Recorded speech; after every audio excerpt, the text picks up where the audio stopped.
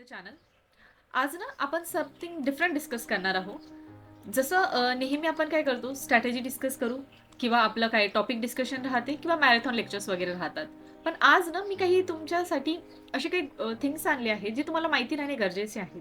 आता तुम्ही MPSC एक्झामच्या ट्रॅकमध्ये तर आलेले आहेत, पण एक गोष्ट लक्षात घ्या, 2026 आलेला आहे आता. ठीक आहे, 2025 जस्ट पास होणार आणि 2026 मध्ये एंटर होणार. दॅट इज तुमचा जर फर्स्ट अटेम्प्ट होणार तर तुम्ही सेकंड अटेम्प्ट वाले कॅन्डिडेट होऊन जाणार, सेकंड अटेम्प्ट असणार तर थर्ड वाले. That is year by year तुम्हाला माहिती नाही पडेल तुमचे किती अटेम्प्ट होऊन गेले. तर आता वेळ आहे सिरियस होण्यासाठी. मे मध्ये आपली MPSC राज्यसेवेची पेपर आहेत आणि still students are not been serious. तर या व्हिडिओमध्ये मी तुम्हाला असे काही 5 रिझन सांगते की का स्टुडंट या कशा टाईपच्या ॲस्पिरंट दरवेळी प्रिलिम्समध्ये फेल होतात, तुमचे प्रॉब्लेम्स काय आहेत आणि तुम्हाला काय सोल्युशन करायला पाहिजे ते पण मी याच्यात सांगते. आणि हा व्हिडिओ डेफिनेटली बघा आणि तुमच्यामध्ये हे काही प्रॉब्लेम्स तुम्ही इम्प्लिमेंट करत असेल या तुम्ही ते फेस करत असेल तर डेफिनेटली त्याला चेंज करून जे काही मी सोल्युशन तुम्हाला सजेस्ट करताय ते प्लीज इम्प्लिमेंट करा. कारण की सिरियसली गाईज, तुम्हाला माहिती नाही पडेल MPSC असो या कुठल्या एक्झामच्या ट्रॅकमध्ये अडल्यानंतर इयर्स कसे निघून जातात.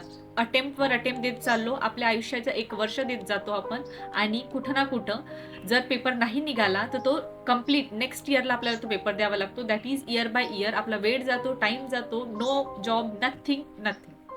So please be serious. May मध्ये पेपर आहे, 6 महिने अप्रॉक्स, 6 महिन्यापेक्षाही कमी महिने उरलेले आहेत.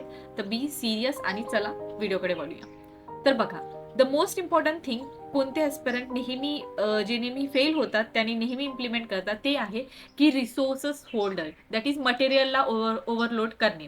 नेहमी मी जेव्हापासूनचं स्टार्ट केलं आहे, जेव्हापासून काउन्सिलिंग स्टार्ट केलं, हजारो मुलांनी मला एकच प्रश्न विचारला, मॅम बुक लिस्ट सांगा.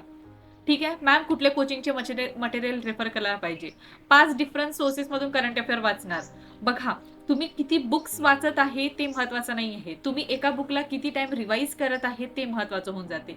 तर आतापासून लक्षात घ्या, जे काही बुक लिस्ट मी तुम्हाला ऑलरेडी बरेच व्हिडिओमध्ये सांगितली आहे ती बुक फॉलो करा. बस तेवढेच बुक फॉलो करा आणि जे काही आपलं करंट अफेअरचं मटेरियल असते फक्त तेच लिमिट करा रिसोर्सेसला आणि तुमची त्याची रिव्हिजन इन्क्रीज करा. Don't just overload yourself by the material. बस तुम्हाला काय करायचंय, जे काही तुमचे बुक्स आहेत लिमिटेड बुक्सला वारंवार वाचायचं आहे. हे एक मेजर गोष्टी तुम्हाला लक्षात राहायला पाहिजे. सेकंड वस्तू बघा, आता काय झालेलं आहे, लोक MPSC ला मिनी UPSC समजत आहे. हे सर्वात मोठं ट्रॅप आहे गाईज, लक्षात घ्या. MPSC आणि UPSC मध्ये फार डिफरन्स आहे. हजारो क्राऊड आता जो UPSCचा आहे तो MPSC कडे वळत आहे, पण UPSC वाल्या क्राऊडला हेच नाही माहिती आहे की MPSC वाले जे पेपर्स असतात त्याच्यामध्ये महाराष्ट्र स्पेसिफिक टॉपिकला जास्त वेटेज आहे, मेन्स मध्ये पण ॲज वेल ॲज आपल्या प्रिलिम्स मध्ये पण. ठीक आहे, सो NCERT वाचून चालणार नाही, UPSCचे स्टँडर्ड बुक वाचून चालणार नाही, स्टेट बोर्डला इग्नोर करता चालेल नाही. ठीक आहे, कारण की आता तुम्हाला महाराष्ट्र स्पेसिफिक टॉपिकला करावं लागेल, right from the mapping, history, specific notes, समाज सुधारक, सर्व. सो UPSC आणि MPSC जे आहे ते डिफरंट डिमांड करते, हे तुम्हाला लक्षात घ्यावं लागेल. थर्ड इम्पॉर्टंट थिंग, आता मुलं काय करतात, टेस्टला अवॉइड करतात, PYQ ला अवॉइड करतात. कसं, टेस्ट सॉल्विंग करील मी पण माझा सिलेबस झाल्यानंतर, हे मेंटॅलिटी कुठं ना कुठं सोडायला हवी. Leave this mentality, because syllabus कधीच कंप्लीट होत नाही. सिलेबस लास्ट मोमेंट पर्यंत आपण अभ्यासच करत राहतो. ठीक आहे, पेपर आज आहे, उद्या आहे आणि आज पण आपण पेपरचा जो आहे अभ्यासच करत राहतो. सिलेबस 100% कंप्लीट होत नाही. मेंटली आपल्या दिमागमध्ये नेहमी असते की सिलेबस झालं की नाही, वाचलो की नाही वाचलो. सो काय करायचं, जो कोणता टॉपिक तुम्ही प्रिपेअर करत आहे त्याचे रेग्युलर टेस्ट द्यायचे. आज आपण X टॉपिक प्रिपेअर केलं, त्याचं टेस्ट द्यायचं. त्याच्याने तुम्हाला समजेल की तुम्हाला जो टॉपिक चांगल्याने अभ्यास केलेलं, चांगल्याने रिवाइज झालेला आहे किंवा तुम्ही रिटेन करत आहे की नाही हे तुम्हाला माहिती पाहिजे. सो सिलेबस झाल्यानंतर मी टेस्ट देईल हे चालेल नाही. फुल लेंथ पेपर देत आहे तर डेफिनेटली 2 तास बसूनच पेपर द्यायला पाहिजे. बघा, नेक्स्ट इम्पॉर्टंट थिंग, काही मुलं काय करतात, मॉक टेस्ट याच्यासारखी इग्नोर करतात कारण की त्यांचे कमी मार्क्स आलेले आहेत. तर कमी मार्क्सला ॲज अ लर्नर म्हणून कन्सिडर करा, त्याच्यातून तुम्ही काय शिकत आहात त्याच्यावर लक्षात द्या, रॅदर दॅन तुमच्या स्कोअरवर.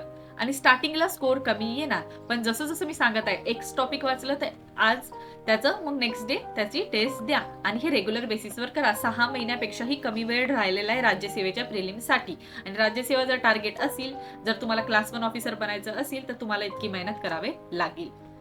नेक्स्ट इम्पॉर्टंट, लोक काय करतात, फक्त प्लॅनिंग करतात, एक्झिक्यूट करत नाही. सो स्वतःला अकाउंटेबल ठेवा. इथिक्स वाचला आहे, अकाउंटेबिलिटी वाचला आहे, ठीक आहे. स्वतःला अकाउंटेबल ठेवा. फक्त प्लॅनिंग करा नको, day by day plan change करा नको. आणि परत काही मुलं प्लॅन्स तर बनवतात, पण सर्टन आयडियल टाइम टेबल बनवून घेतात की मी 5 वाजता उठेल, 6 वाजता मी काम करेल, मग हे करणार ते करणार. असं चालेल नाही. एक ब्रॉड तुम्हाला आयडिया राहायला पाहिजे. आज 22 तारीख आहे, तर मी 22 तारखेला कोणतं टॉपिक प्रिपेअर करील हे तुम्हाला माहिती राहायला पाहिजे, ठीक आहे. आता तुम्हाला संडेला प्रत्येक हप्त्याभर जे काही अभ्यास केलेला आहे त्याची तुम्ही टेस्ट देणार आहे, ते तुमच्याकडे ऑलरेडी डिसाइडेड राहायला पाहिजे आणि तशी प्लॅनिंग राहायला पाहिजे, rather than time to time slot planning, ठीक आहे.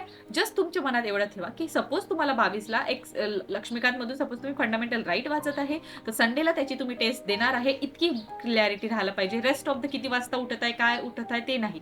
तुमचा आज XYZ टार्गेट डिसाईड केलेला आहे, तर तो आज end of the day complete होत आहे की नाही ते महत्वाचं आहे, rather than following a particular time schedule, ठीक आहे. नेक्स्ट, तर काय करायचं आपल्याला, प्लॅनर नाही एक्झिक्युटर बनायचं आहे. मी याचे सर्व सोल्युशन्स तुम्हाला देणार आहे, पूर्ण प्लॅनिंग तुमच्यासाठी आणलेली आहे, त्याला चांगल्याने फॉलो करा. नंतर करंटवर फोकस करता, स्टॅटिकवर नाही. हजारो मुलांनी विचारलं आहे करंट अफेअर मॅम, लास्ट इयरचे करंट अफेअर तुम्ही बुक मधून किती प्रश्न आले, तुम्ही याच्यावर का फोकस करताय किती प्रश्न आले किती नाही. ज्या मुलांनी चांगल्याने PYQ अनालिसिस केलं असेल त्याला माहिती असेल या वर्षी 2025 वर्षी MPSCने जो पॅटर्न आहे थोडासा करंट अफेअर विचारायचा तो चेंज केला, ठीक आहे. 2020 चे करंट अफेअर विचारून टाकले, ठीक आहे. एक क्वेश्चन होता, त्याचबरोबर सर्टन वेग क्वेश्चन्स ते विचारून घेते. तर या वेगनेसवर जाण्यापेक्षा जे स्टॅटिक तुमच्या इन हँड आहे, तुम्हाला माहित आहे स्टॅटिक मधून शुअर शॉर्ट मार्क्स मिळेल, त्याच्याकडे लक्ष द्या ना.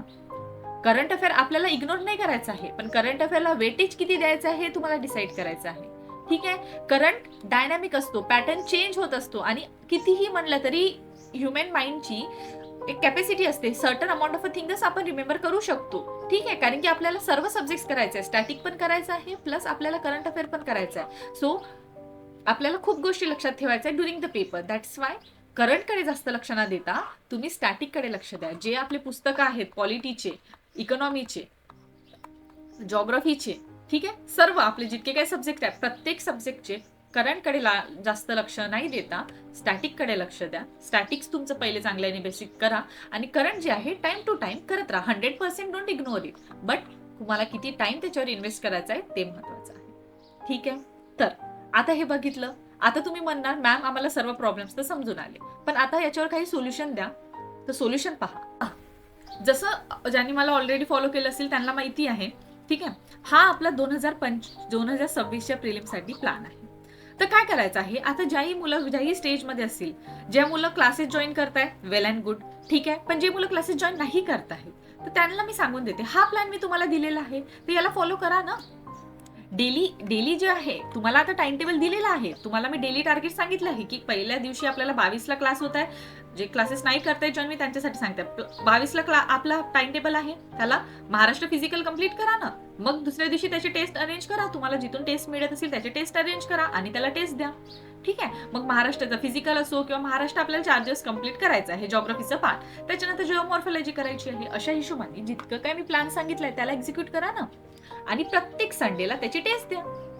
जे काही तुम्ही जिथून एक कोचिंग जॉईन करत असेल, जिथून तुम्ही करत असणार तिथलं टेस्ट द्यायला काय हरकत आहे, प्रत्येक संडेला टेस्ट द्या. असे आपण एकूण रोज जो हा प्लॅन फॉलो करेल, नंतर आपण बघा जॉग्राफी पासून स्टार्ट केलं, इथं पॉलिटी प्रत्येक दिवशीचं मी टार्गेट दिलेलं आहे, याला करा ना फॉलो.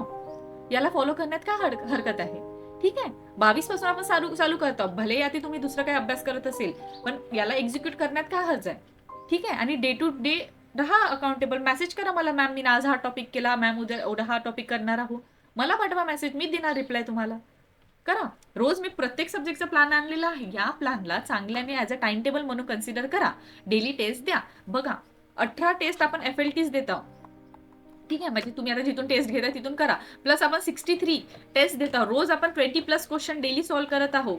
पुढचे 6 महिने अप्रॉक्स 6 मंथ आपण पूर्ण टेस्ट सॉल्व्ह करणार आहोत. परत काय पाहिजे, प्लस आपण PYQ साठी सेपरेट टाइम अलॉट करत आहोत, हे सर्व करून जर पेपर नाही निघाला तर ते सेकंडरी थिंग आहे. तुमचं लकचं फॅक्टर असेल की काय, पण आपल्याकडून मेहनत करणं हे इम्पॉर्टंट होऊन जाते. सो आता काय करायचं आहे, जो मी हा इथं तुम्हाला टाइम टेबल दिला आहे, प्लीज त्याला चांगल्याने फॉलो करा. जितकं काय मी सांगितलं आहे, कोणत्या दिवशी कुठला पेपर द्यायचा आहे, त्याच्यानंतर किती त्याचे क्वेश्चन्स अटेम्प्ट करायचे आहेत. मी ऑलरेडी मेन्शन केलं की 20 पेक्षा जास्त क्वेश्चन डेलीचे सॉल्व्ह करा ना. PYQ पण सॉल्व्ह करा. करंट अफेअर ऑलरेडी सांगितलंय, कुठला पण सोर्स रेफर करा, पण एकच सोर्स रेफर करा. तिथलंच करंट अफेअर प्रिपेअर करायचं. तिथून आलं तर ठीक, नाही आलं तर ठीक आहे. सर्वांसाठीच हार्ड आहे. ओके, हा एक फॉलो करा डेली. जे काही डाऊट्स आहे, नेहमी फेल होतात ना प्रिलिम्स, याच्या लिस्टमध्ये नसेल यायचं ना तुम्हाला, तर फॉलो करा आणि अभ्यास करा. C you